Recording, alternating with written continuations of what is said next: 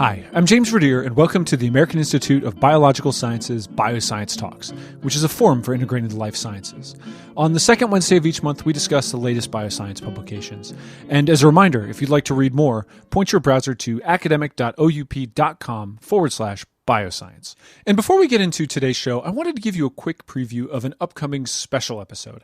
I'm very excited to announce that at the end of this month, I'll be attending the 33rd annual meeting of the American Society for Gravitational and Space Research.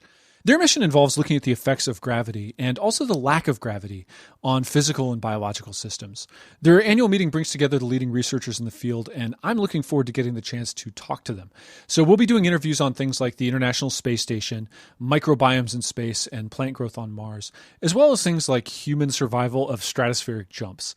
So it should be an absolutely action-packed show, and AIBS is proud to partner with ASGSR in putting together the episode for you.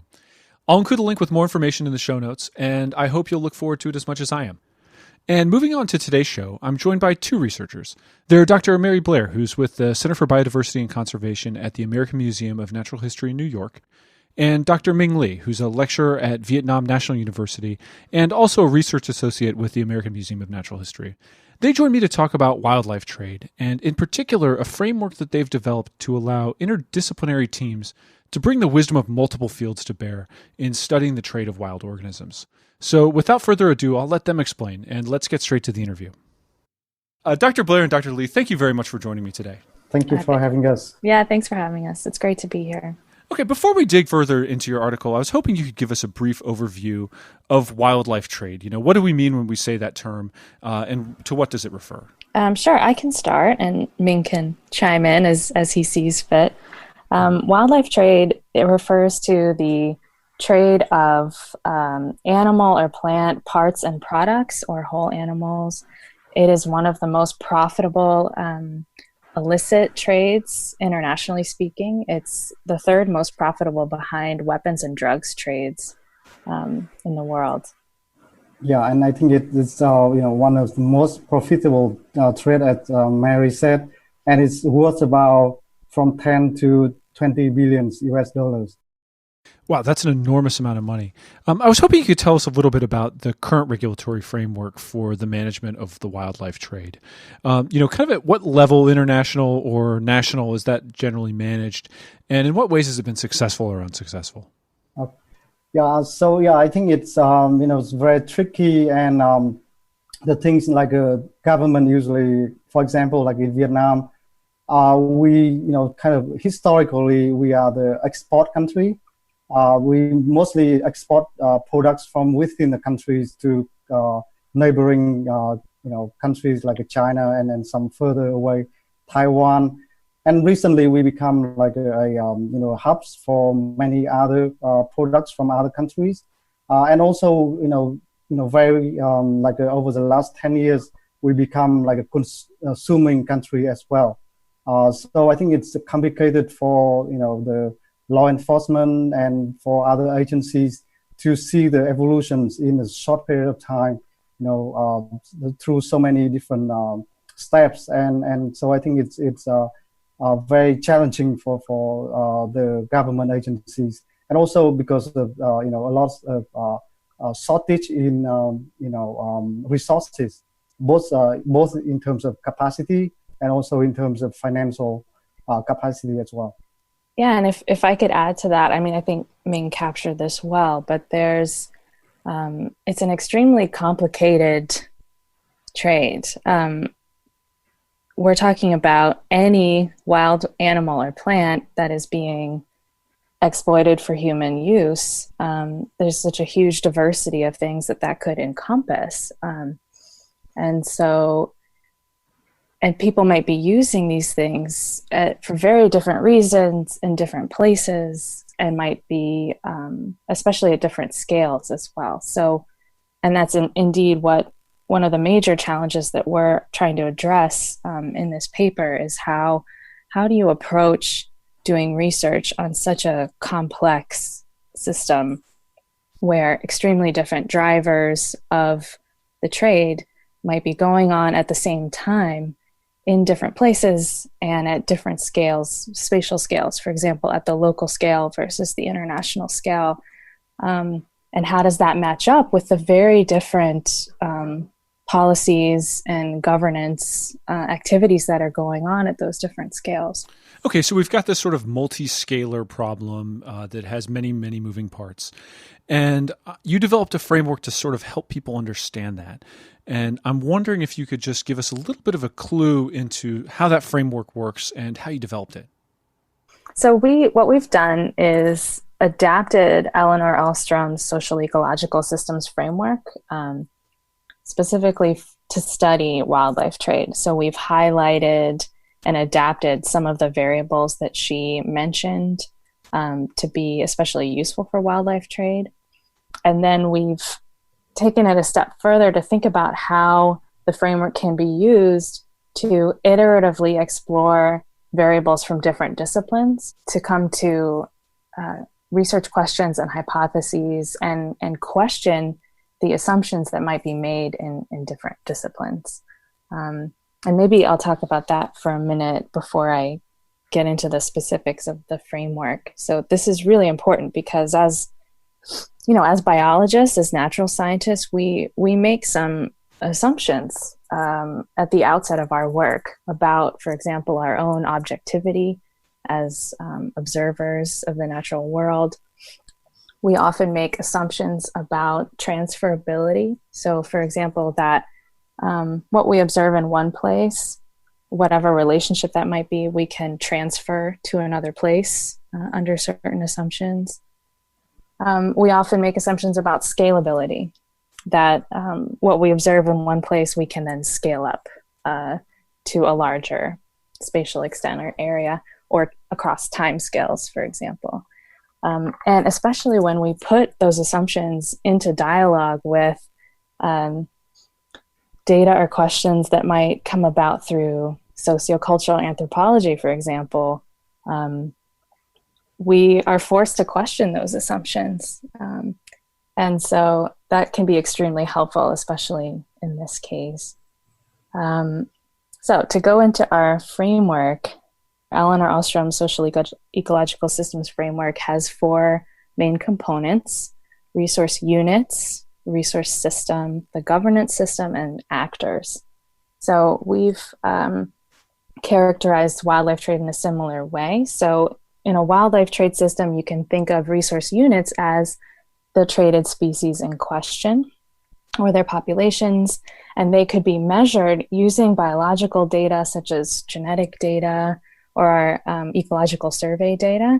They could be measured at various scales from local to global. And that's something that we've added here as a more kind of explicit measurement of different spatial scales because of how important we think that dimension is to wildlife trade. Next, we can look at the resource system. This is similar to what Elinor Alstrom talked about. So we can think about if this is a forest-dwelling species like the slow loris, we can think about forests, we can think about agroforests, and we can think about accessibility to forests, for example, with roads and dam construction, etc. And those could be characterized again with biological or remote sensing data, for example. We also look at the governance system component, and in terms of wildlife trade, we're interested here in global treaties like the Convention on International Trade in Endangered Species. We're interested also in protected area management strategies and how the protected area managers interact with provincial governments as well as local police. So who does the enforcement of laws at what scale, for example. And finally, we turn to actors. Why are people engaging in trade? Who is engaging in trade? At what point in the trade chain are they engaging? Why are people buying versus hunting or selling? And this is a really one of the most important and challenging parts of our system. And then we can explore these things. In our paper here, we're talking about exploring the variables and the research questions that you can answer using these different components. But you could, once you have the data for an entire system, you could go through and, if you wanted to, mathematically model how they interact and the outcomes that come to be, for example, through a systems dynamics model. But we're arguing here that just articulating the framework itself, bringing different disciplines together, allows you to question assumptions and better characterize from the beginning of your study the system at hand. Did you want to add anything, Minh? I just want to add that, in the original framework, from Elinor Ostrom, she has been, criticized because it's that's the original one come from social science. So the ecological component is pretty much ignored in the system or in the framework. So I think we both come from evolutionary biology. So I think we are able to add additional information or methodology to the ecological component of the framework, and I think it's worked pretty well in our case.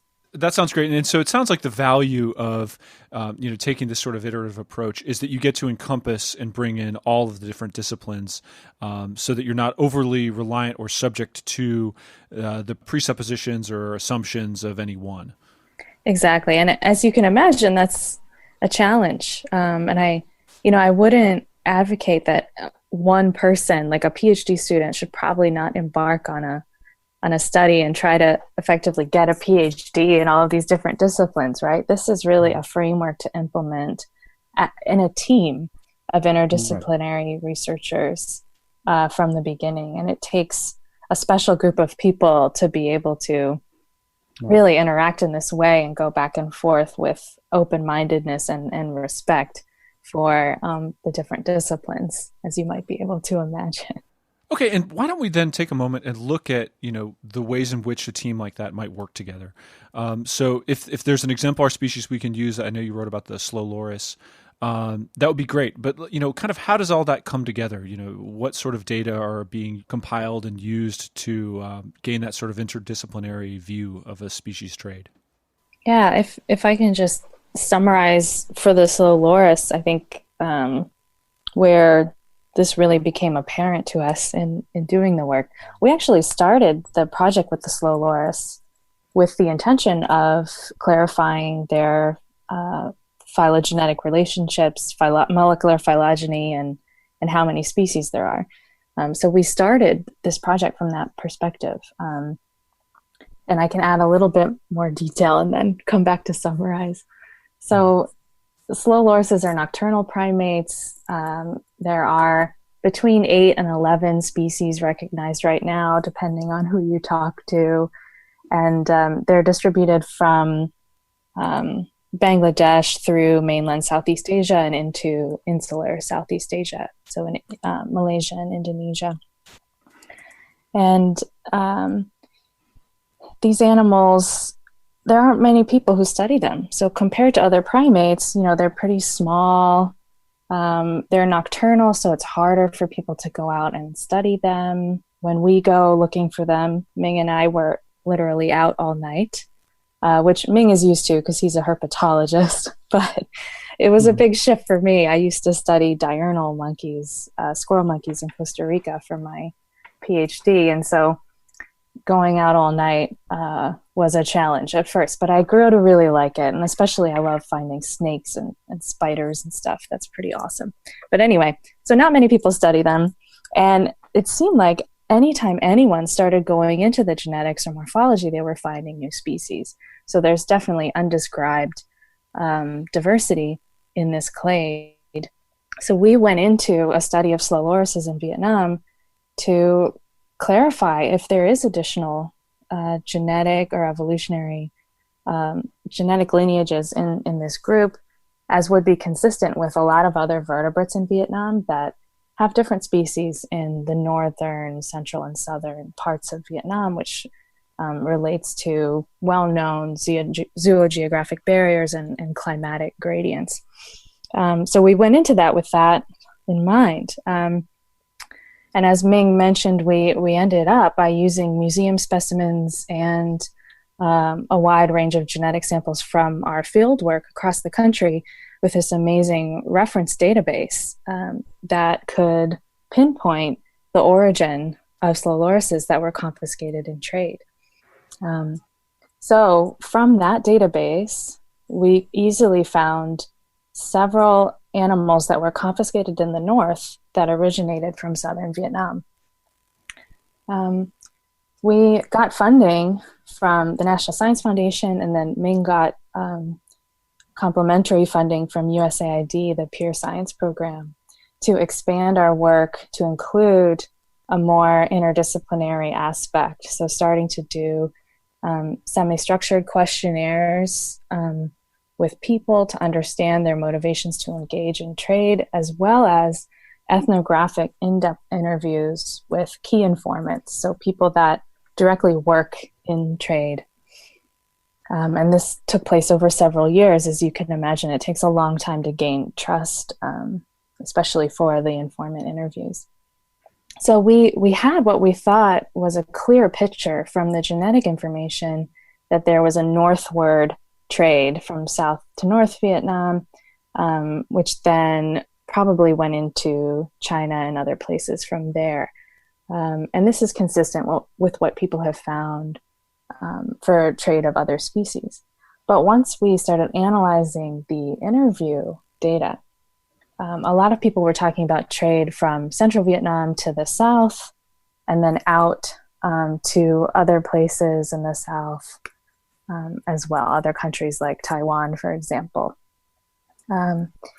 And so it became clear to us that either our sample size was too low to detect this other direction of trade from the genetic data, or because we're only looking at mitochondrial loci, the genetic loci that we're looking at do not have a high enough resolution to detect that spatial pattern. And that's probably more likely the case. There are two major mitochondrial clades for the pygmy slow loris anyway in Vietnam, which is what we've been mostly talking about. And the southern clade includes both central and southern populations. So even if that movement was going on, because of the loci that we're using, we can't detect it.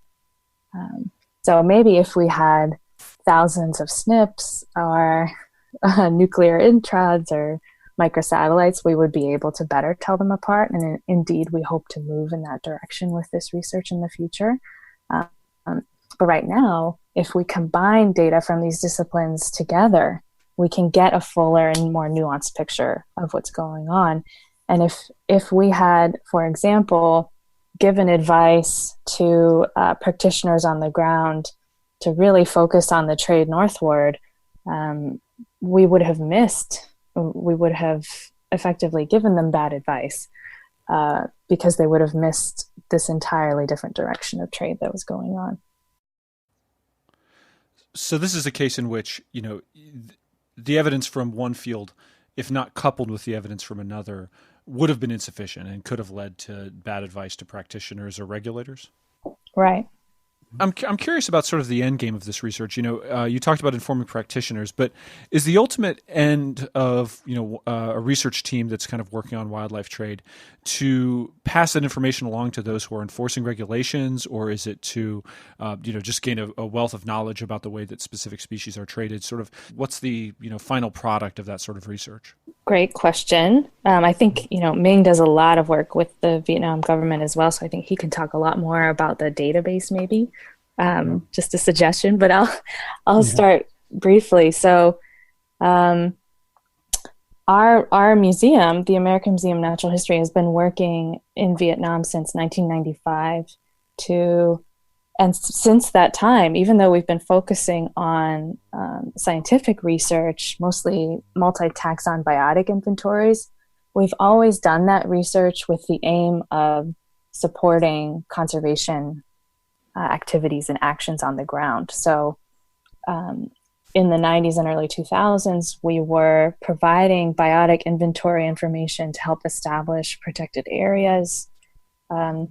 And now I'm happy to say that our research so far on slow lorises has helped support a new national action plan for primate conservation in Vietnam, which was signed by the Prime Minister in May. So we're really excited about that. And it is true that with this paper, we're particularly interested in making the case for other folks who are doing research or want to do research on wildlife trade to be very thoughtful from the beginning about the questions they're asking about whether interdisciplinary work needs to be applied and how to build the teams and the tools to make that possible. So we are kind of focusing on research here, but we're focusing on research that has a direct application.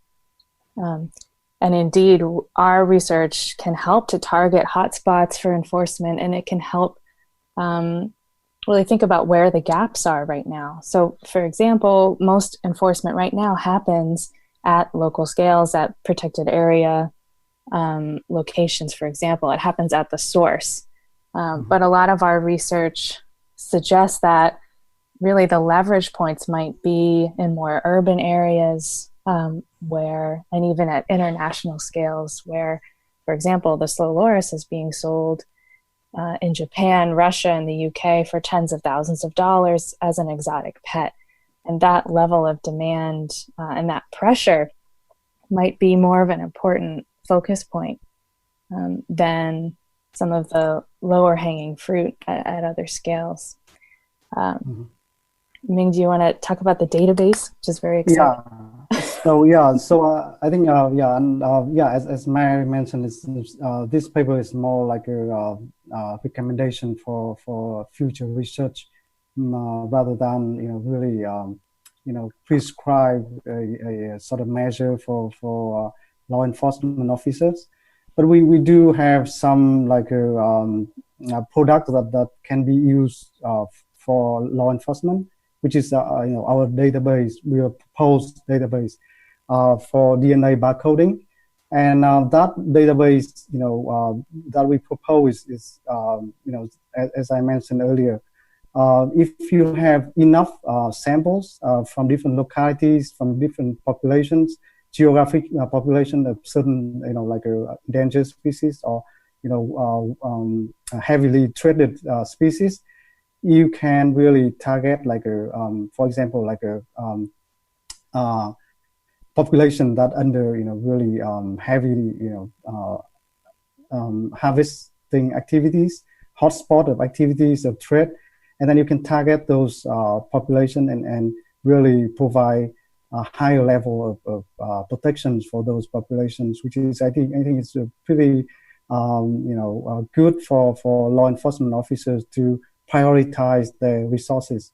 And I think that kind of database can be very useful, not just for Vietnam, but also for many other Southeast Asian and then even further, away countries that are facing a lot of pressure from wildlife threats. Okay, great. I think that's incredibly helpful in describing not only the work that you've already done, but some of the work that we'll be seeing in the future. I had just one last question for you, and it's: have you run into any particular challenges, kind of working in this interdisciplinary fashion? Are there any sort of points of friction or things that are a little more difficult to do than they would be when you're working within a more specific subfield? Yes, definitely. And are you willing to talk about them? Well, we've been lucky because our team of individuals are, we've known each other for a long time, and so we're friends and we get along quite well. But it's amazing how you'll all be saying the same word, for example, like model, and you think you know exactly what you mean by that word. But then, an economist will mean something completely different about it, and an anthropologist will mean something completely different by that word. And you realize you have like an hour-long conversation but you're not on the same page at all because you didn't have the same definition of what that initial word was at the beginning of the conversation. So, that happened a few times, but it takes more time. That is for sure.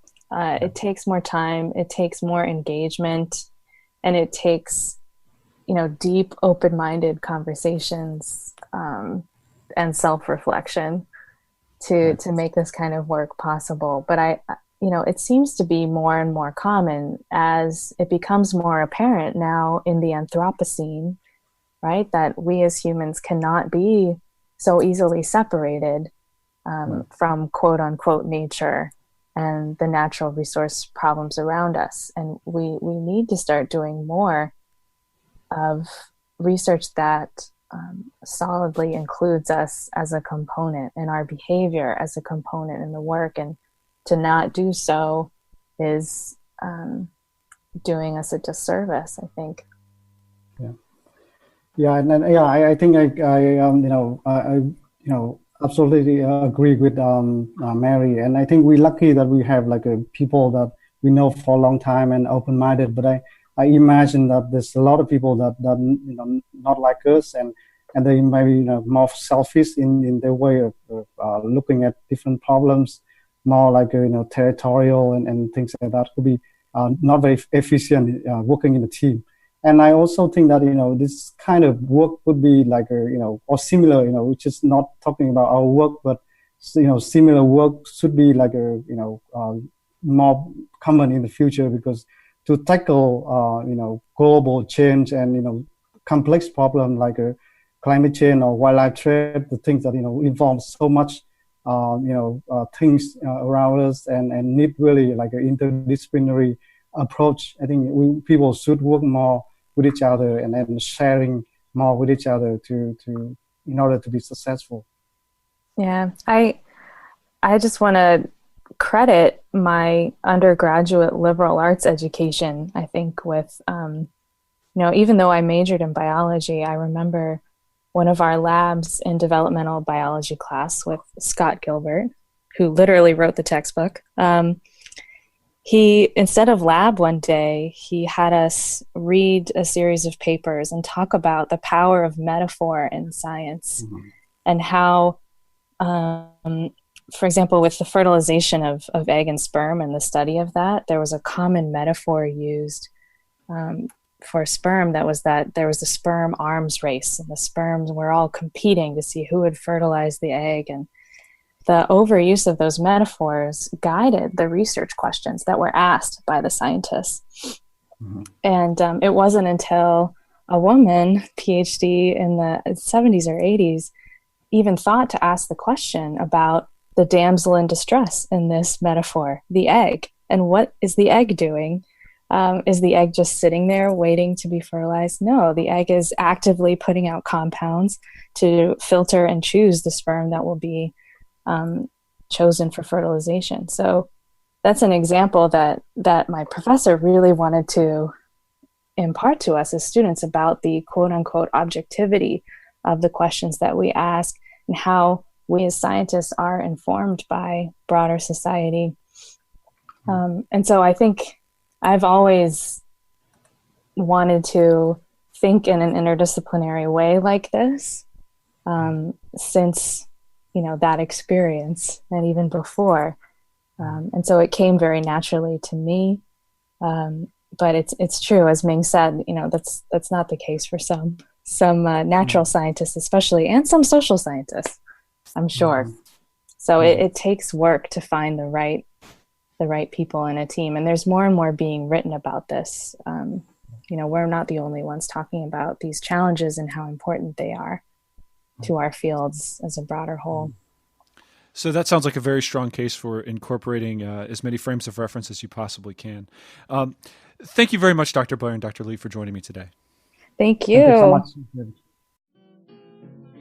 And that nearly concludes this episode of BioScience Talks. I wanted to throw in a very quick plug for the AIBS Enabling Interdisciplinary and Team Science program. If you like this episode, you'll love that program and gain a lot from it.